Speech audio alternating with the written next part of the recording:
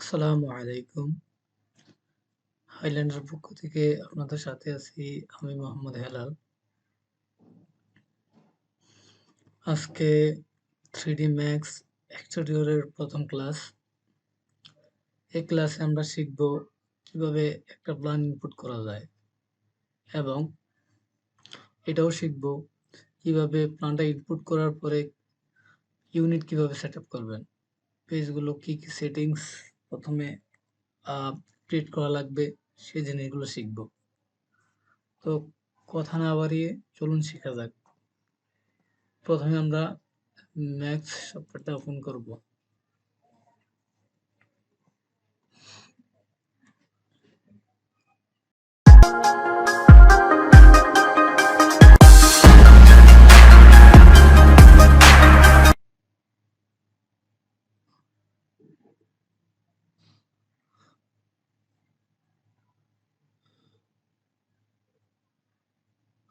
Loading হচ্ছে, একটু অপেক্ষা করেন। এই যে সফটওয়্যারটা অন করার পরে এরকম একটা ইন্টারফেস আসবে। ঠিক আছে, সেক্ষেত্রে আমাদের এই ইন্টারফেসটার কোনো কাজ নেই। সেক্ষেত্রে আমরা কি করব, ক্লোজ করব। ক্লোজ করার পরে এদিকে কিন্তু 4টা ফ্রেম, 1টা 2টা 3টা 4টা, এই 4টা ফ্রেমে যে কোনো একটা ফ্রেম নিয়ে আপনি কাজ করতে পারবেন।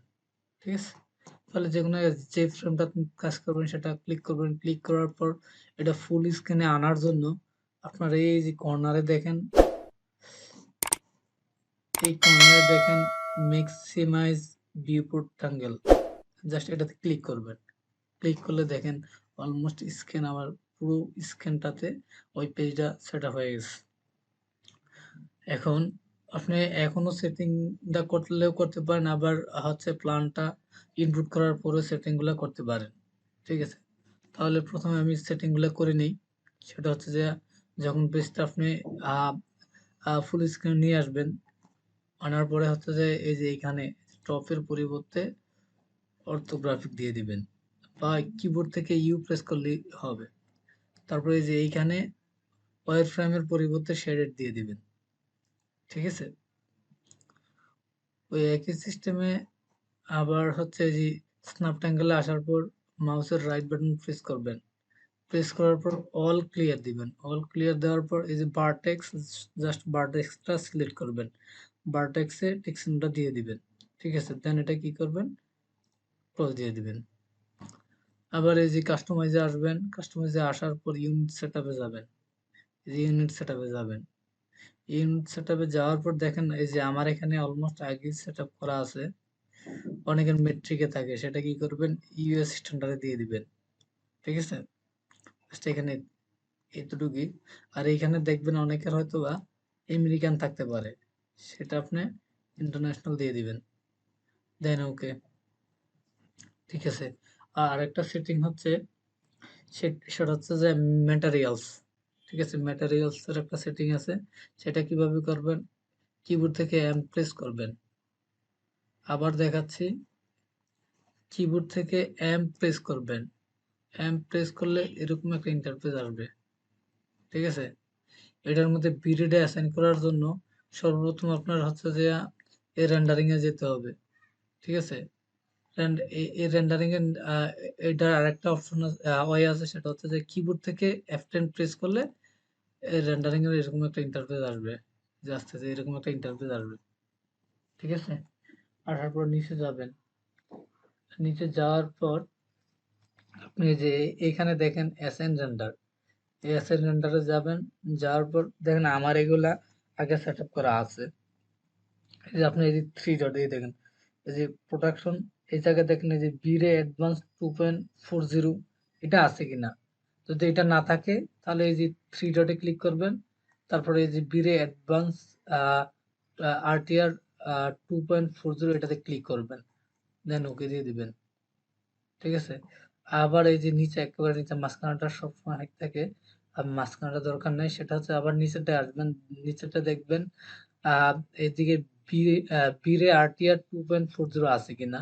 সেটা না থাকলেও একই সিস্টেমে 3 ডটে যাবেন। 3 ডটে যাওয়ার পর তারপর এটা নিয়ে আসবেন। ঠিক আছে, আমারটা যেহেতু সিলেক্ট করা হয়ে গেছে এই জন্য এইদিকে শো হচ্ছে না। দেন এখানে এটা নিয়ে আসার পর সেভ আস ডিপিকাল দিয়ে দিবেন। ঠিক আছে, টিপিক্যাল শিফট অলমোস্ট হয়ে গেছে, দেন এটা কি করবেন, ক্লোজ দিয়ে দিবেন। এবার আপনি কিবোর্ড থেকে এমপ্রেস করবেন, কিবোর্ড থেকে এমপ্রেস করবেন, এমপ্রেস করার পর এরকম একটা আহ, এরকম একটা ফরম্যাট আসবে।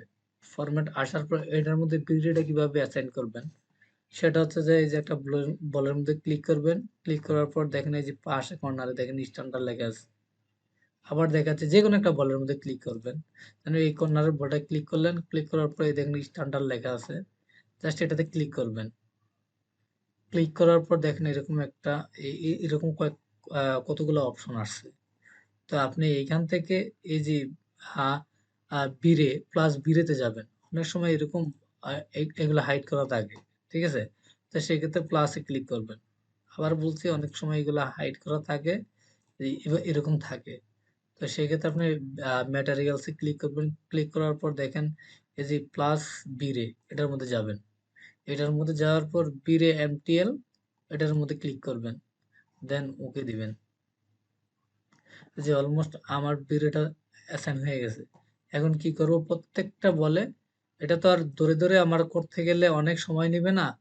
সেক্ষেত্রে আমার এটা কি করতে হবে, যেটার মধ্যে বিরেটা অ্যাসাইন আছে ওই বলটা প্রত্যেকটা বলের মধ্যে টান লেফট বাটন ধরে মাউসের লেফট বাটন প্রেস করে টান দিয়ে কপি করবেন, এই যে এইভাবে টান দিয়ে নিয়ে এসে আরেকটার মধ্যে ছেড়ে দিবেন, টান দিয়ে নিয়ে এসে আরেকটার মধ্যে ছেড়ে দিবেন, টান দিয়ে নিয়ে এসে আরেকটার মধ্যে ছেড়ে দিবেন। 24টা বল আছে, 24টা বলের মধ্যে কপি করে দেন।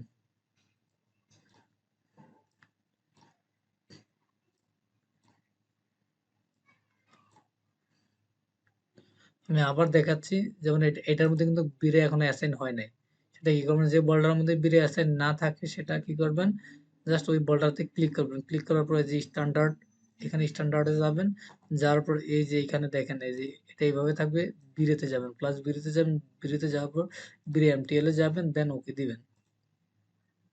অলমোস্ট বিরে অ্যাসাইন হয়ে গেছে এটা, তারপর প্রত্যেকটা বলের মধ্যে কপি করে দিবেন।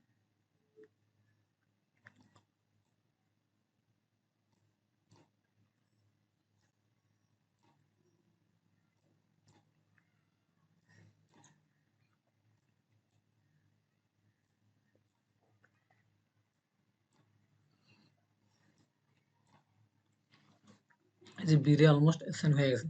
আর অনেকের কিন্তু 24টা বল হচ্ছে শো থাকে না, অনেক সময় এরকম থাকতে পারে, ওয়েট, যে এরকম থাকতে পারে, এই যে একো একটা শো হতে পারে। সেই ক্ষেত্রে আপনি কিভাবে সবগুলো নিয়ে আসবেন, অপশনে যাবেন, অপশনে যাওয়ার পরে যে সাইকেল, এই যে এক্সেল, এই সাইকেলে যায় ক্লিক করবেন। আবার এই 24টা আসে নাই এখনো, আবার সাইকেল এই অপশনে যাবেন, অপশনে যাওয়ার পর এই সাইকেলে ক্লিক করবেন, 24টা অলমোস্ট চলে আসছে, ঠিক আছে? অনেক সময় অনেকের এরকম থাকে, এই যে এরকম থাকে, কথা বুঝছেন? তো সেই ক্ষেত্রে কি করবেন, এই মডেলসে যাবেন, মডেলসে যাওয়ার পরে যে কম্প্যাক্ট এডিটরে যাবেন, তারপরে বক্স চলে আসবে। আমি আবার দেখাচ্ছি। অনেক সময় এই স্টেট ম্যাটেরিয়ালস এডিটর এই যে এরকম থাকে, যেমন আপনি কিবোর্ড থেকে এমপ্রেস করলেন, এমপ্রেস করলে যে এরকম আসে, ওই সময় কিন্তু কাজ করতে একটু সমস্যা হয়। সেই ক্ষেত্রে আপনি এটাকে কিভাবে নিয়ে আসবেন, এই মডেলসে যাবেন, মডেলসে যাওয়ার পর কম্প্যাক্ট এডিটরে যাবেন, ঠিক আছে? এই যে অলমোস্ট চলে আসছে। এবার কথা হচ্ছে প্ল্যানটা কিভাবে ইনপুট করবেন, সেটা হচ্ছে প্ল্যান যখন ইনপুট করবেন, প্ল্যানটা দুইটা ওয়েতে ইনপুট করা যায়। একটা হচ্ছে যে এই কর্নারে যাবেন, কর্নারে যাওয়ার পর এই যে ইনপুটে যাবেন, ঠিক আছে? ইনপুটে যাবেন, আপনার ফাইলটা 2D ফাইলের মধ্যে হচ্ছে 3Dটা করবেন, সেই 2D ফাইলটা কোন ফোল্ডারে সেভ করে রাখছেন সেই ফোল্ডারে যাবেন। যেমন আমি আমি মেবি ডেস্কটপ, হ্যাঁ আমি ডেস্কটপ থেকে নিয়ে আসবো, ঠিক আছে? কারণ আমি এই ফাইলটাতে আমি 3D করব, 3D এক্সটেরিয়র করব, সেক্ষেত্রে আমি এটার মধ্যে ক্লিক করব, জাস্ট ক্লিক করব, ক্লিক করার পর ওপেনে ক্লিক করে দেব, ঠিক আছে? এরকম একটা আসলে, এরকম একটা ইন্টারফেস আসবে, দেন ওকে তে ক্লিক করবেন, ঠিক আছে? এই যে চলে আসছে। এটা কি করবো এখন, পুরো ফাইলটারে আমি কি করব, সিলেক্ট করব, সিলেক্ট করার পর গ্রুপ করব, ঠিক আছে? গ্রুপ করার, গ্রুপ করলে সুবিধা হচ্ছে সবগুলো একই গ্রুপে থাকে। যেমন এখন একটার মধ্যে ক্লিক করলে সবগুলো ক্লিক হয়ে যাবে, একটার মধ্যে ক্লিক করলে সবগুলো ক্লিক হয়ে যাবে, কোনো ফাইল মিসিং হওয়ার কোনো সম্ভাবনা নেই। এখন কি করবেন, এইটা এই যে ইনপুট করা ফাইলটা আপনি গ্রিড লাইন বরাবর নিয়ে যাবেন। ঠিক আছে? এই যে প্লাস চিহ্ন বরাবর নিয়ে আসবেন। সেটা কেন আনবেন? সেটা হচ্ছে আপনি যেমন অনেক সময় ফাইলগুলো হারায় যায়। ঠিক আছে?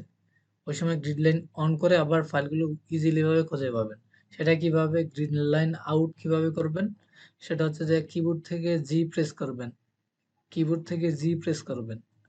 জি প্রেস করছেন, চলে গেছে অলমোস্ট। দেখেন এখন অনেক সময় জুম আউট করলে আপনি কিন্তু ফাইল খুঁজে পাইবেন না। যে ফাইলটা কোথায় আছে আপনি উল্টাপাল্টা মানে অনেক সময় হারিয়ে যায়। সেক্ষেত্রে আপনি গ্রিড লাইন অন করে খুব সহজেই খুঁজে পাইবেন। এই দেখেন এখন অলমোস্ট এই যে প্লাস চিহ্নর মাঝখানে নিয়ে আসছি, তো অলমোস্ট খুব খুঁজে পেয়েছি। ঠিক আছে? এটা হচ্ছে গ্রিড লাইনের সুবিধা। আর গ্রিড লাইনটা অন করবেন কিভাবে? কিবোর্ড থেকে জি প্রেস করবেন, চলে যাবে, আবার কিবোর্ড থেকে জি প্রেস করলে চলে আসবে। জি, আজকে যেমন এই পর্যন্ত কাজ করলেন, এখন এটা পরবর্তী সময়ে এখান থেকে কিভাবে কাজ করার জন্য কি করতে হবে? আমাদের এটা সেভ দিয়ে রাখতে হবে। সেটা কিভাবে সেভ দিবেন?